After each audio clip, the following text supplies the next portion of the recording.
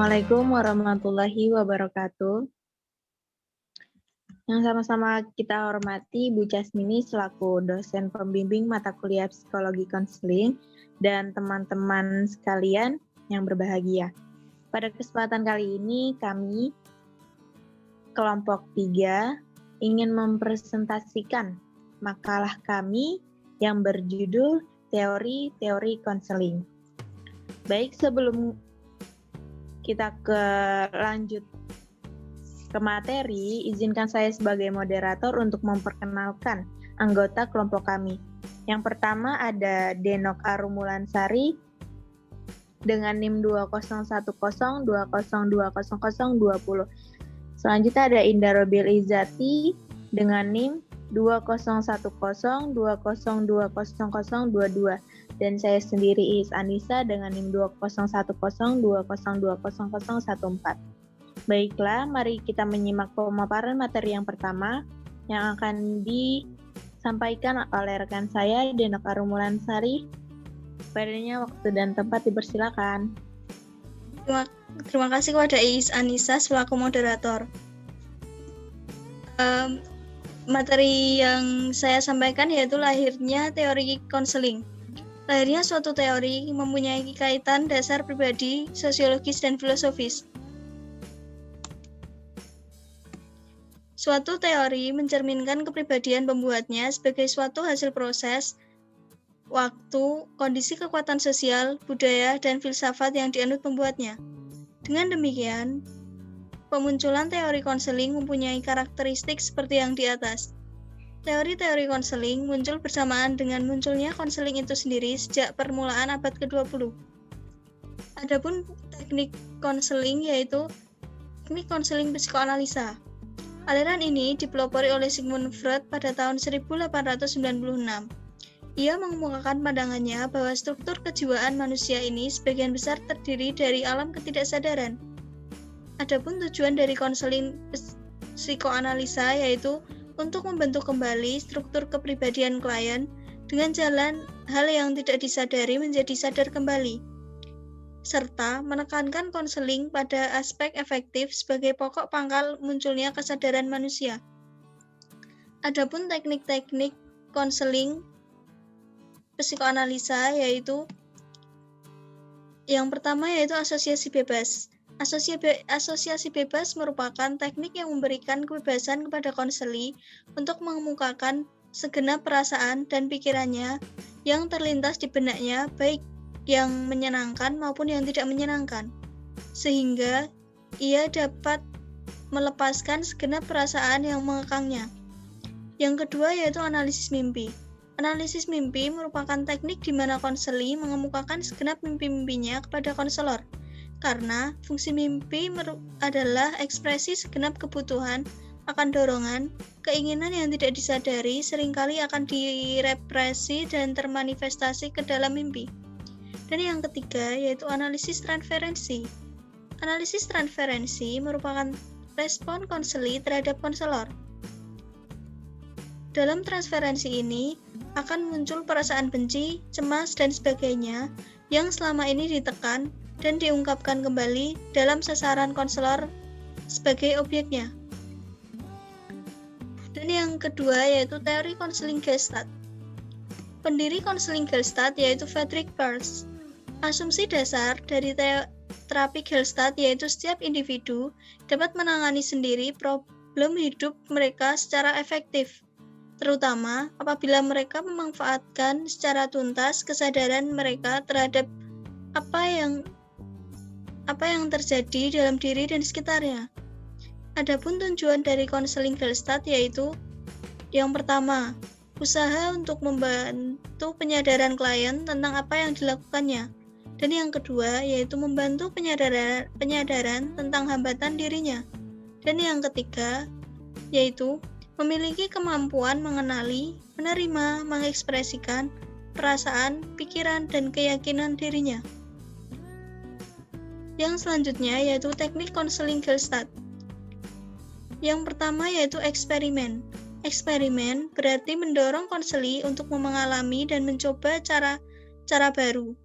Melalui teknik ini, konselor membelajarkan konseli untuk mengalami dan menghayati kembali masalah-masalah yang tak terselesaikan. Yang kedua yaitu penggunaan bahasa. Teknik di mana konselor dapat menciptakan suatu iklim lingkungan yang dapat mendorong perubahan bahasa-bahasa. Dan yang ketiga yaitu bermain peran. Yang paling sering digunakan adalah kursi kosong untuk format konseling individual dan berkeliling untuk format konseling kelompok.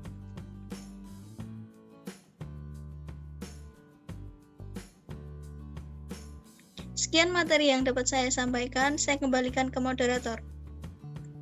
Baik, terima kasih rekan Wulan. Materi yang selanjutnya akan dipaparkan oleh rekan kami, Indah Robilizati. Waktu dan tempat dipersilakan. Terima kasih Is Anissa. Saya akan melanjutkan materi yaitu teori konseling behavioral. Behavioralisme adalah aliran dalam psikologi yang didirikan oleh John B. Walton pada tahun 1913 dan digerakkan oleh Bruce Frederick Skinner. Behavioralisme memandang bahwa ketika dilahirkan, manusia pada dasarnya tidak memiliki bakat apa-apa. Manusia akan berkembang berdasarkan stimulus yang diterima dari lingkungan sekitar. Kemudian tujuan konseling behavioral adalah yang pertama menciptakan baru pembelajaran. Yang kedua yaitu menghapus tingkah laku non-adiktif untuk digantikan perilaku yang adiktif. Yang ketiga yaitu meningkatkan personality choice. Kemudian teknik konseling behavioral. Yang pertama yaitu schedule penguatan, yaitu suatu teknik pemberian penguatan pada klien ketika tingkah laku baru selesai dipelajari, dimunculkan oleh klien. Yang kedua yaitu shaping, adalah teknik terapi yang dilakukan dengan mempelajari tingkah laku baru secara bertahap. Kemudian yang ketiga yaitu extinction, yakni teknik terapi berupa penghapusan penguatan agar tingkah laku maladiktif tidak berulang. Selanjutnya, next slide. Teori person-centered counseling berpusat pada person dikembangkan oleh Charles Person Rogers, salah satu psikolog klinis yang sangat menekuni bidang konseling dan psikoterapi. Psikoterapi ini berkembang pada tahun 1960. Pendekatan konseling client-centered menekankan bahwa kecakapan klien untuk menemukan isu yang penting bagi dirinya dan pemecahan masalah dirinya. Menurut Rogers, konsep inti konseling berpusat pada klien adalah konsep tentang diri dan konsep menjadi diri atau pertumbuhan perwujudan diri. Kemudian tujuan konseling person-centered. Yang pertama yaitu membantu klien menemukan konsep dirinya yang lebih positif lewat komunikasi konseling di mana konselor mendudukan konselor sebagai orang yang berharga, orang yang penting dan orang yang memiliki potensi positif dengan penerimaan tanpa syarat. Kemudian membantu individu dalam perubahan dan pertumbuhan.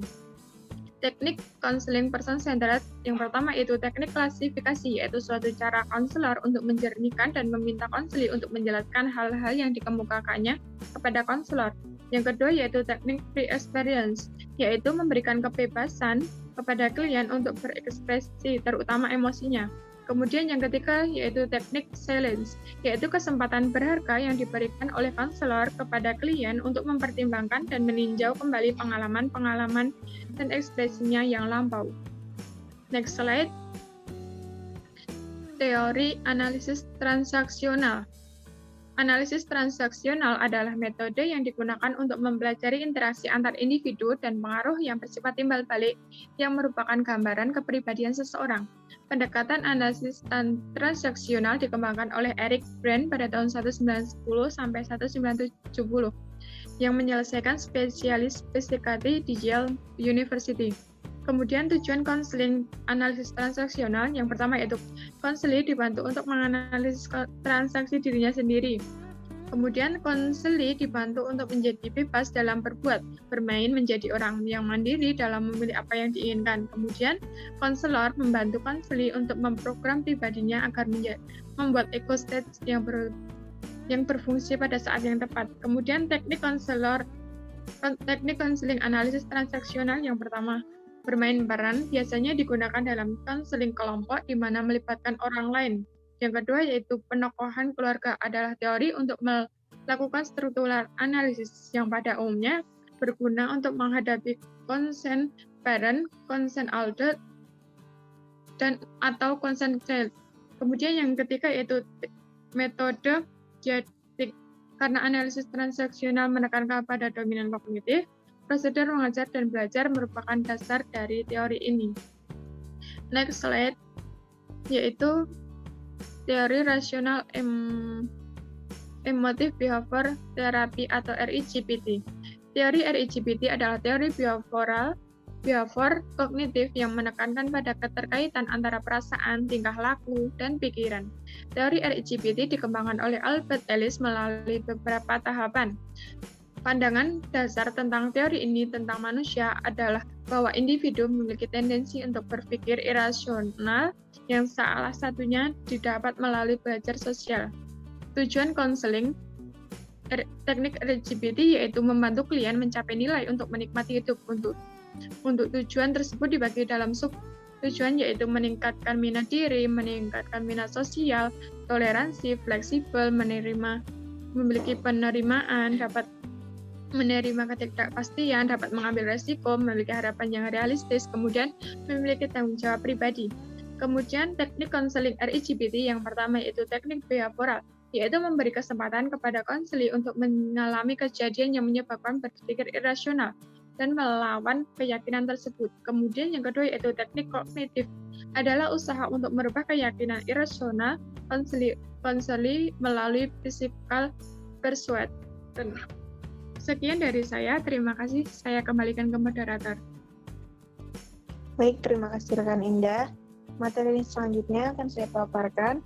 Di sini ada teori eksistensial humanistik. Teori eksistensial humanistik pada hakikatnya mempercayai bahwa individu memiliki potensi untuk secara aktif memilih dan membuat keputusan bagi dirinya sendiri dan lingkungannya. Teori ini sangat menekankan tentang kebebasan seluas-luasnya dalam melakukan tindakan, tetapi harus berani bertanggung jawab sekalipun menanggung resiko bagi dirinya. Istilah eksistensialisme pertama kali digunakan oleh ahli filsafat Jerman yaitu Martin Heidegger pada tahun 1976. Tujuan daripada konseling ini yaitu satu, menyajikan kondisi untuk memaksimalkan kesadaran diri dan pertumbuhan, menghapus penghambat aktualisasi potensi pribadi, membantu klien menemukan dan menggunakan kebebasan memilih dan memperluas kesadaran diri. Dan yang terakhir, membantu klien agar bebas dan bertanggung jawab atas arah kehidupan sendiri.